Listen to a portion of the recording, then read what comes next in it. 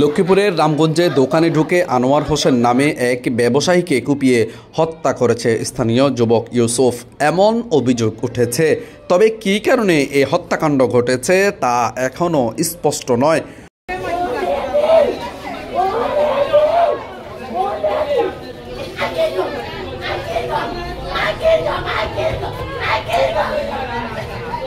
মঙ্গলবার সকালে উপজেলার ভোলাকোট ইউনিয়নের সাহারপাড়া গ্রামে এমন মর্মান্তিক ঘটনা ঘটে। নিহত আনোয়ার সাহারপাড়া গ্রামের আলী রাজা ব্যাপারী বাড়ির বাসিন্দা এবং স্থানীয় আনোয়ার স্টোর নামের একটি কনফেকশনারির ব্যবসা প্রতিষ্ঠান পরিচালনা করতেন। তার পরিবারে স্ত্রী, 3 মেয়ে ও 1 ছেলে রয়েছে। স্বামী সবাই উপকার করে, নিজের পেটও খাওয়া না থাকলো আরেকজনের পেটও খানা খাওয়াই দেয়। ইউসুফ কি কারণে মারতে পারে ওনাকে? কি কারণে মারতে পারে? আমার মনে হয় ওর সাথে কোনো শত্রুতা নেই, কোনো দ্বন্দ্ব নাই, কোনো ব্যাপার নাই। পুলিশ ও স্থানীয় সূত্রে জানা যায়, প্রতিদিনের মতো সকালে আনোয়ার দোকান খুলে কাজে মন দেন। কিছুক্ষণ পর হত্যাকারী এসে তার সঙ্গে বাকবিতণ্ডায় জড়িয়ে পড়ে। এক পর্যায়ে দোকানের ভেতরের দিকে নিয়ে গিয়ে ধারালো অস্ত্র দিয়ে বুকে ও পেটে আঘাত করে।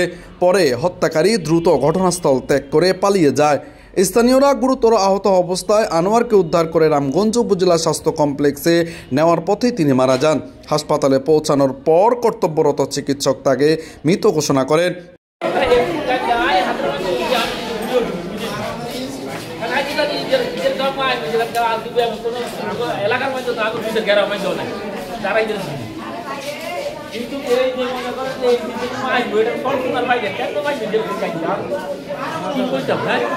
তবে ঘটনার কারণ সম্পর্কে কেউ নিশ্চিত তথ্য জানাতে পারেনি। নিহতের স্ত্রী জান্নাত আক্তার সাথী কান্না জড়িত কণ্ঠে বলেন, আমার স্বামীকে কেন হত্যা করা হয়েছে তা জানি না। আমার স্বামী খুবই ভালো, নম্র, ভদ্র এবং এলাকার সকলের সাথেই ভালো ও সৌহার্দ্যপূর্ণ সম্পর্ক ছিল। নির্মমভাবে আমার স্বামীকে খুন করা হয়েছে। আমি এই হত্যার বিচার চাচ্ছি। রামগঞ্জ থানার ভারপ্রাপ্ত কর্মকর্তা ওসি আব্দুল বারী জানান, হাসপাতালে ও ঘটনাস্থলে পুলিশ পাঠানো হয়েছে। ব্যক্তিগত শত্রুতা বা ঝগড়া থেকে ঘটনাটি ঘটেছে বলে ধারণা করা হচ্ছে। অভিযুক্ত ইউসুফ পলাতক রয়েছে, তাকে গ্রেফতারের চেষ্টা রয়েছে। আমি